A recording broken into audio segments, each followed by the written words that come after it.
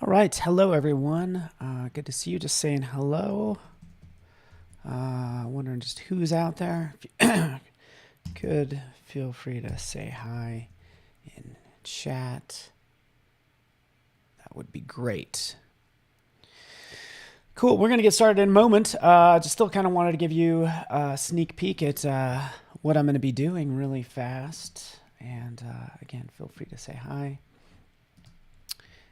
Here this is, and yeah, we're looking pretty good. So basically I was going to work on some blurs today because we have this awesome blur gallery, which does a lot more than you think. So if I wanted to do a sort of a path blur, I want to give him motion. Keep in mind, I'm going to work on the version underneath him. I can go into path blur, and sure enough, you get this little path that you could crank up. You have the start and endpoint speed.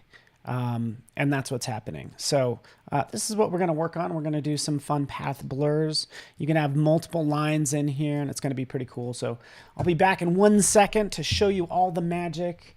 And yeah, thanks for tuning in. Thank you, Froja. Awesome.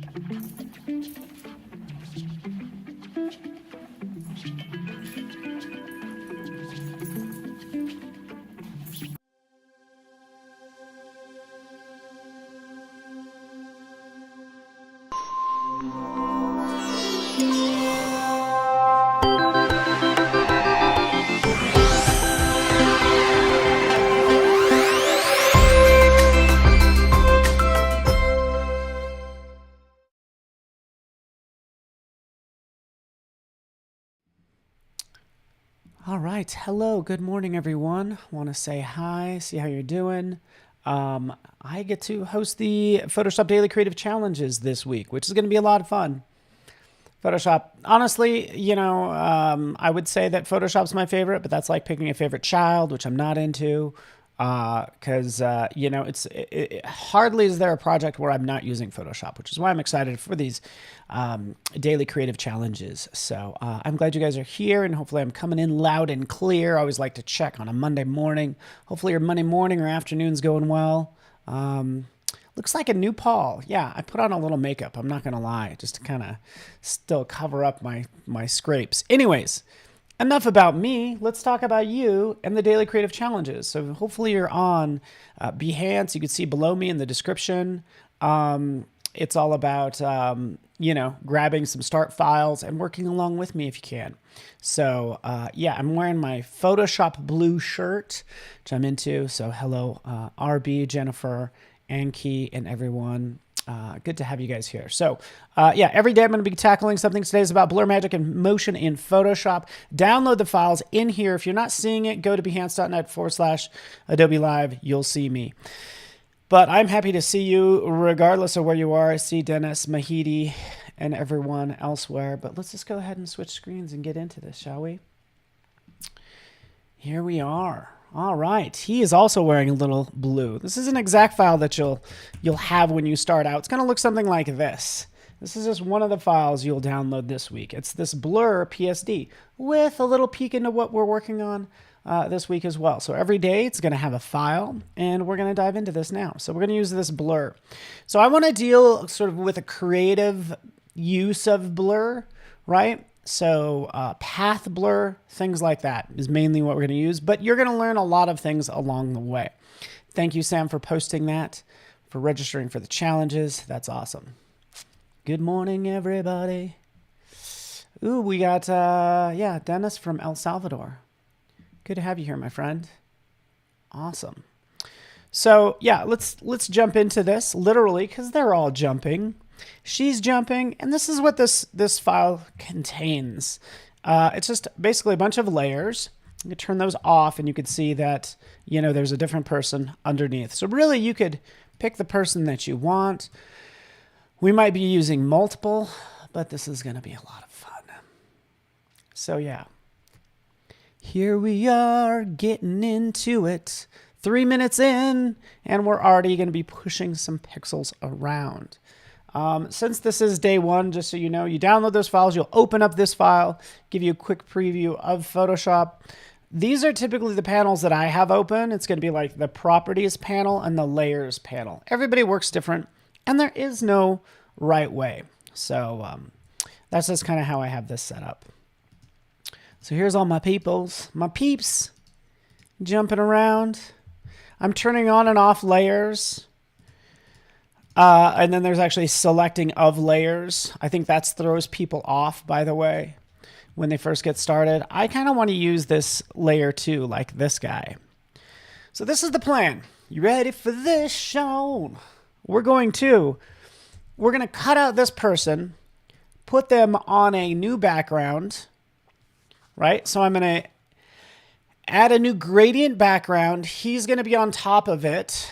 And then we're going to make his arms and legs and stuff like that move. So this is going to be more than just blur, magic, and motion. It's going to mean a number of tips, which are going to be really helpful to you.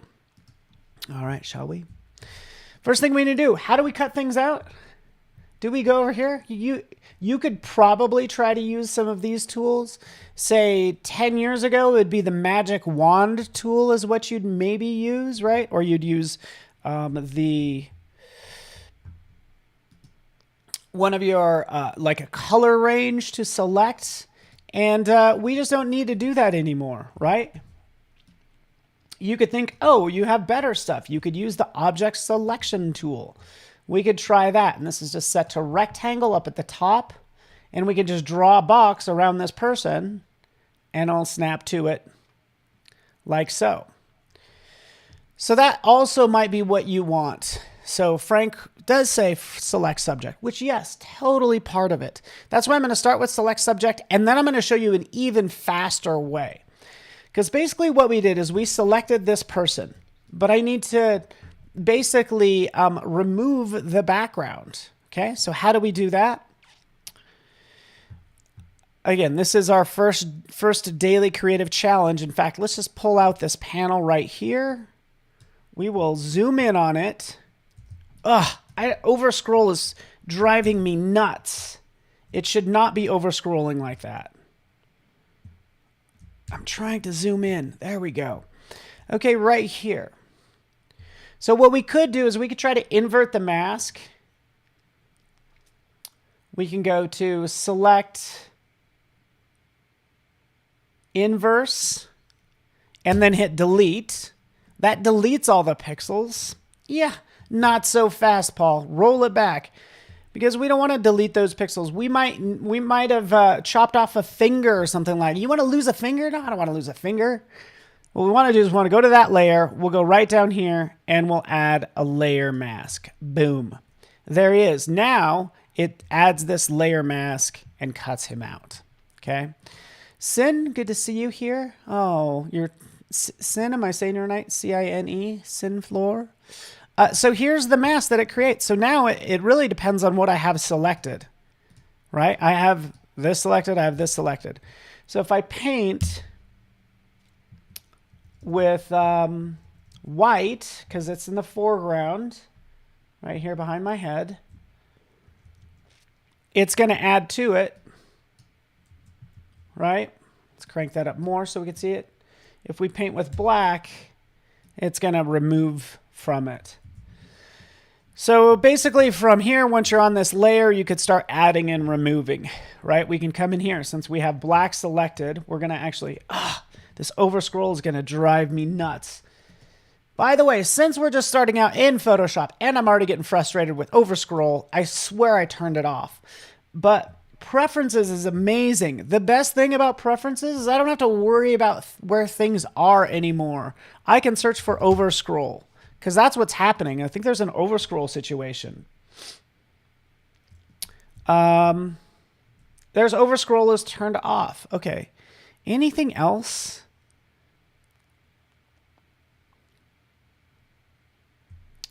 So I'm accidentally over scrolling, but anyways, hopefully that takes care of the situation.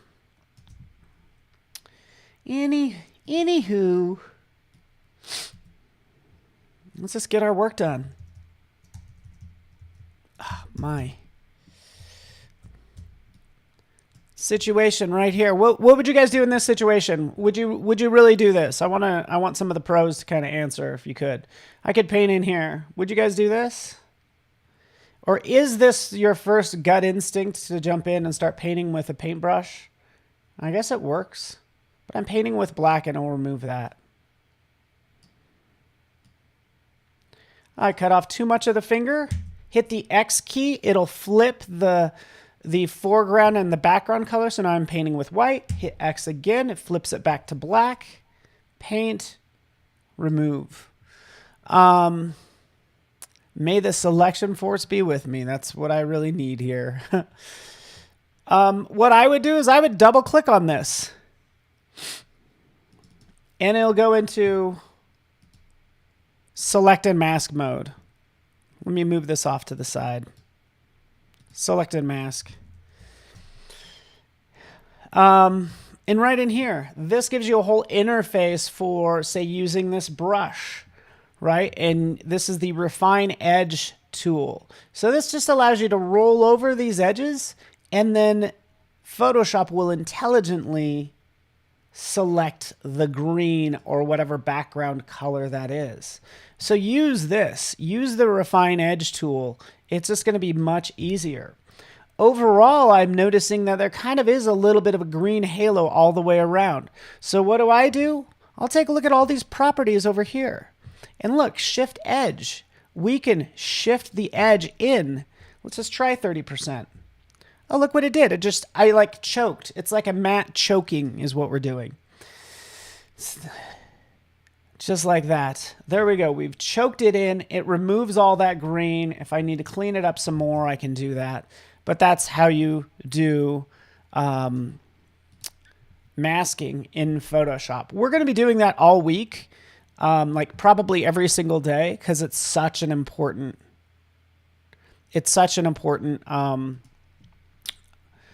tip and feature.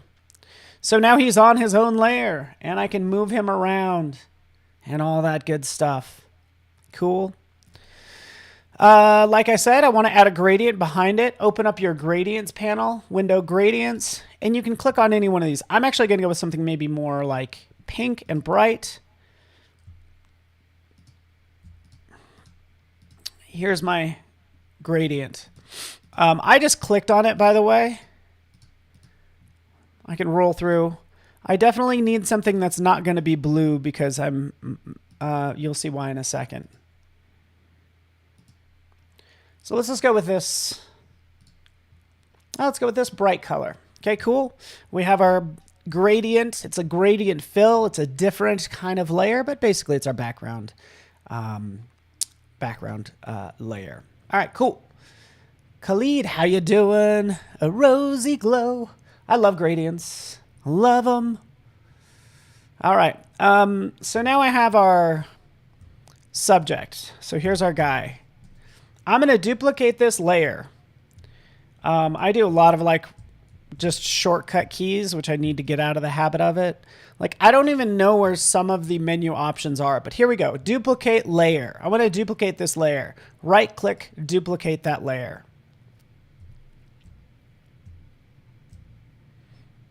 Okay. Let's just delete that one. So now the second one is going to be my guy motion blur. There we are. Two layers exactly the same. This is one that's going to have the whole motion blur to it. All right. Now,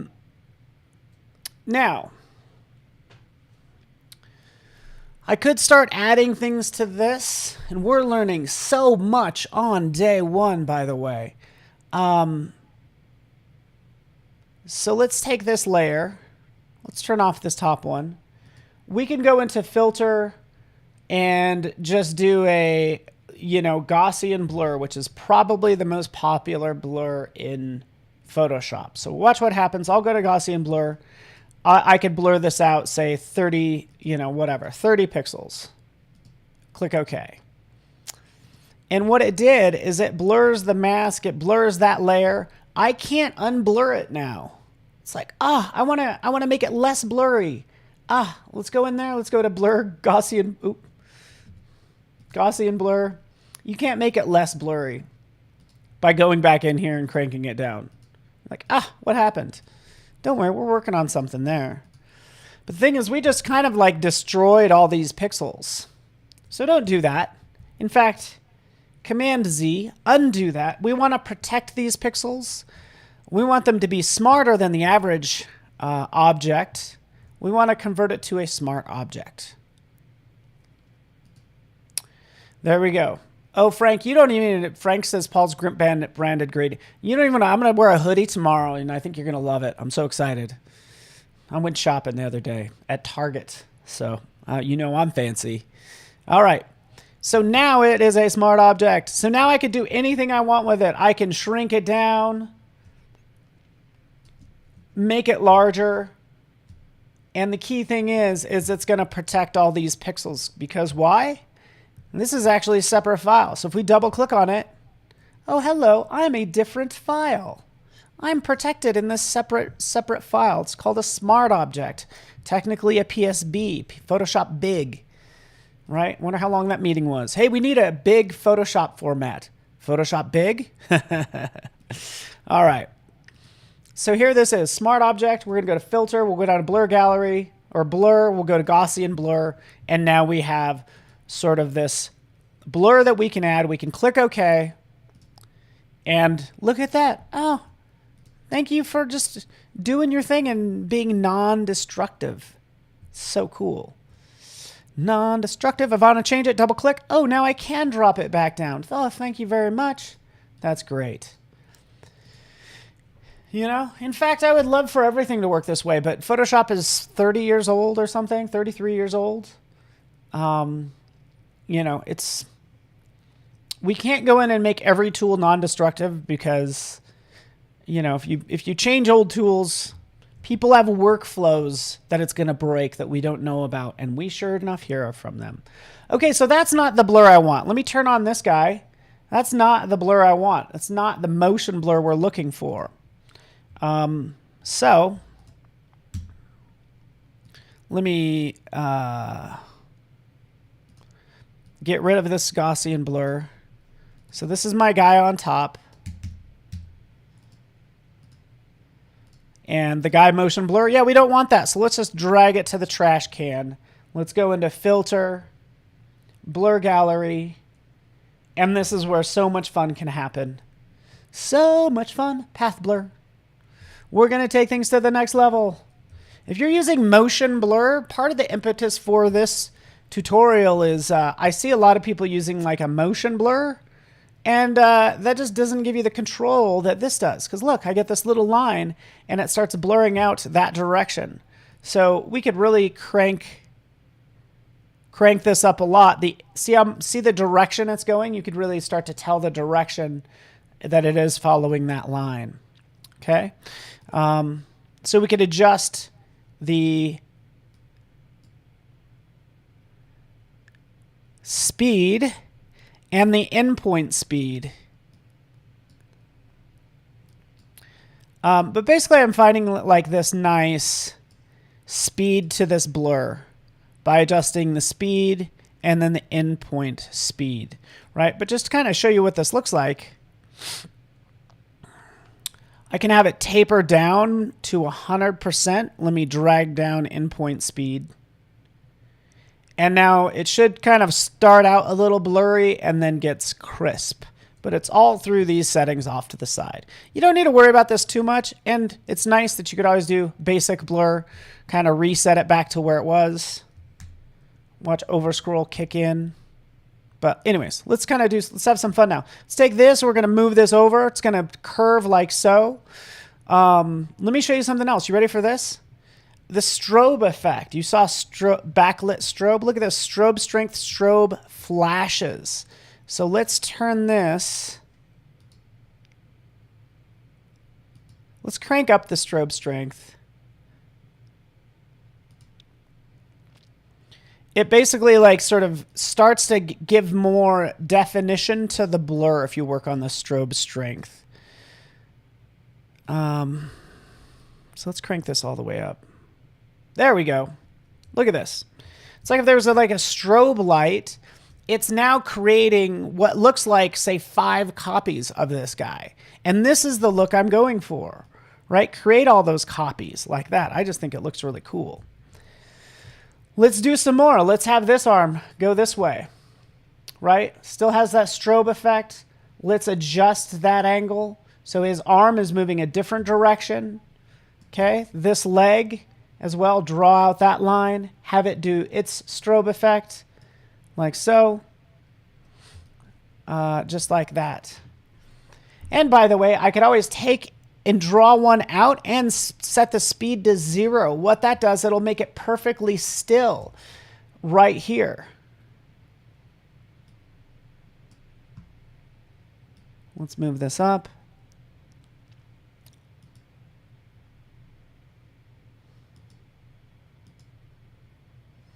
At least on that end. Because basically I don't want as much blur like maybe on his face or something. But not to worry, that's why I made a copy. We added all this fun strobe effect. We're going to go ahead and click OK.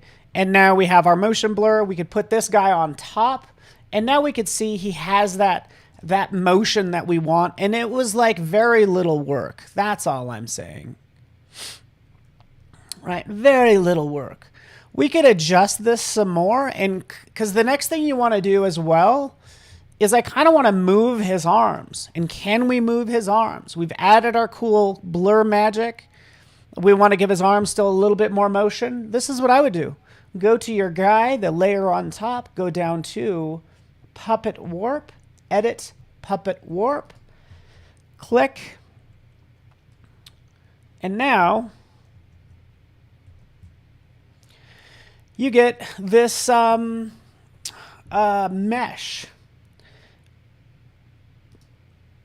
And I could start adding these pins on this guy so I can move his arms. I can move this arm up. Let's put a pin in his knee. Move this arm up like so, right? So now we're really getting that motion that we want. And all we're doing is just manipulating these individual puppet pins is what they are. We'll make his leg a little bit more dynamic by bringing it up. And we got like a lot, just like a really cool effect. Let's split them apart. Another pro tip I will do, just so you know, since we learned about masks,